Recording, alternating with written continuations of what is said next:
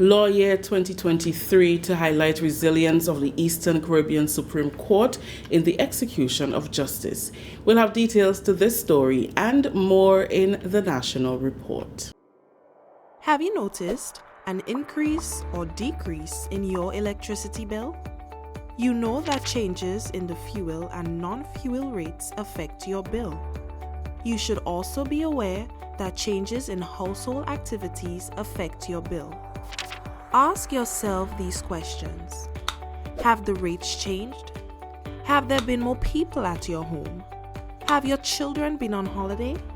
Have you used your fan or air conditioning unit more often to beat the heat? Are any of your electrical appliances or equipment faulty?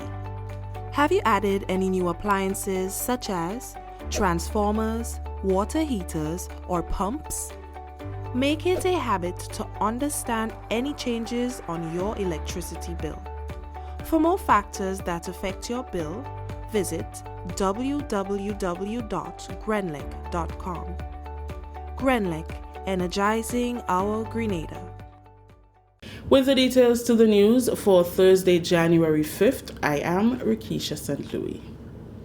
Promoting the resilience of the Eastern Caribbean Supreme Court in fulfilling its mandate to provide a fair, efficient system of justice in member states.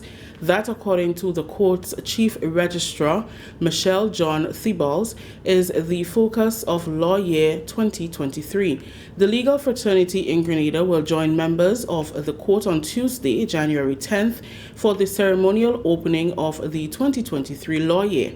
This year, Her Ladyship, the Honorable Dame Janice Pereira, Chief Justice, will hold a hybrid special sitting with the Court of Appeal sitting in Anguilla, while all other member states and territories will appear virtually.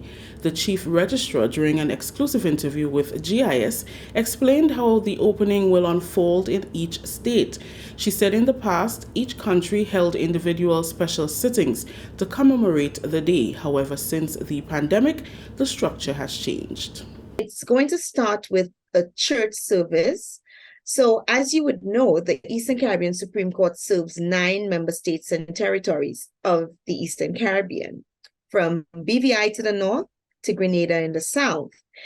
And each island will be responsible for hosting their own church service somewhere around 8 or 8:15, and details for the service in Grenada is going to be provided through the registrar's office very shortly. So we'd have the church service followed by the procession from the church where the service was held to the courthouse, at which point, just before the special sitting, there'll be the inspection of the guard by the senior resident judge. And then at 10 o'clock, there will be a special sitting to open the law year. At the special sitting, Her Ladyship will deliver the feature address on the theme, the ECSC, Navigating the Changing Tides, which will highlight the court's resilience in delivering fair and efficient justice.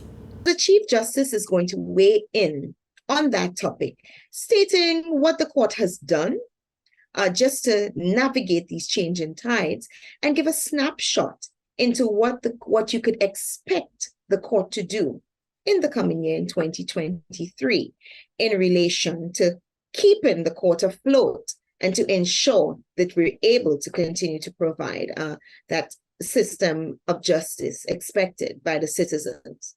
I just want to encourage each and every citizen to make it your business to be there. Plan for it. Don't miss it. It's your court. It's my court. And this opportunity is used for the court to share with you the details, the behind-the-scene details sometimes of what the court has been doing to enhance the efficiency of justice in the Eastern Caribbean. The Eastern Caribbean Supreme Court was established in 1967 by the West Indies Associated States Supreme Court Order number 223 of 1967. Governor General Her Excellency Dame Cecile Lagrenade has declared Saturday, January 7th as University of the West Indies Day to commemorate UWI's 75th anniversary this year. The proclamation by islands across the Caribbean region is part of the year-long activities to commemorate the 75th anniversary. UWI representatives and alumni such as the Governor General and Prime Minister Honorable Deacon Mitchell attended a ceremony at the Governor General's residence on Thursday. Her Excellency presented the proclamation declaring January 7th, 2023 as UWI Day. I now therefore, Cecile Ellen Florette Lagrenade, Dame Grand Cross of the Most Distinguished Order of St. Michael and St. George, Officer of the Most Excellent Order of the British Empire, Governor General in and over Grenada, do hereby proclaim Saturday, January the 7th, 2023 as UWI Day, and hereby call on all citizens of Grenada to reflect on the achievements of this important institution. Dame Cecile said it is significant to set aside a day acknowledging that the University of the West Indies has contributed to the successes of Grenadians and other nationals for over 7 decades. Since 1948, when UWI opens its doors to young men and women from our region to pursue degrees in higher education, UWI has produced countless men and women of distinction. Many prime ministers, governors general, and other civic leaders, attorneys, and medical practitioners who went on to specialize in various disciplines, as well as nurses, economists, and educators, many of whom have distinguished themselves regionally and internationally, contributing immensely to the intellectual and social development of our region. This is the National Report. The news will continue after the break. My name is Travon Lead, and I'm a... Welcome back. The National Celebrations Committee has increased the prize money for the 2023 Independence Calypso competition. Coordinator of the competition, Adrian Mark, told GIS the increase is part of plans to improve the celebrations leading up to the country's 50th anniversary in 2024. Independence 2023 will be held under the theme, The Journey to 50, reflecting on the past, planning for the future. 9 Calypsonians will be selected for the final competition against the defending monarch, Sean Sour Serpent Niles. At the semifinals, the appearance fee will be $2,000. At the finals, the person coming first will get $10,000. Second, $8,000. Third, $6,000. Fourth, $4,000. And the appearance fee is $2,500. This year's competition will be held in 3 stages, the preliminary round on January 13th and 14th, the semi-final on January 28th, and the final on February 3rd. The preliminary round will be judged just as last year. You send in your songs, and we listen to the songs, and we judge from there. The semi-finals now will be performed using a band. So if you make it to the semi-finals from the preliminary round, you will be performing with a band. And that goes the same way for the finals. Submission of songs will be the 13th of January. The judging for the preliminary will be on the 14th.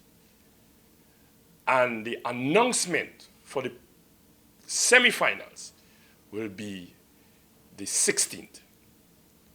The semi-finals now will be on the 28th of January.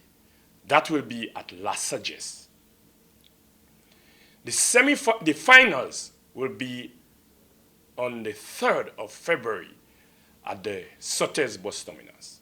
Mark says they have received 2 early submissions. He's optimistic that Calypsonians will improve their craft and produce quality pieces for the competition.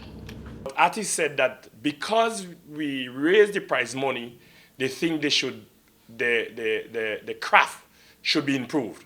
So they asked that if we could have pushed it back a week so that they can present some really good Calypso this year.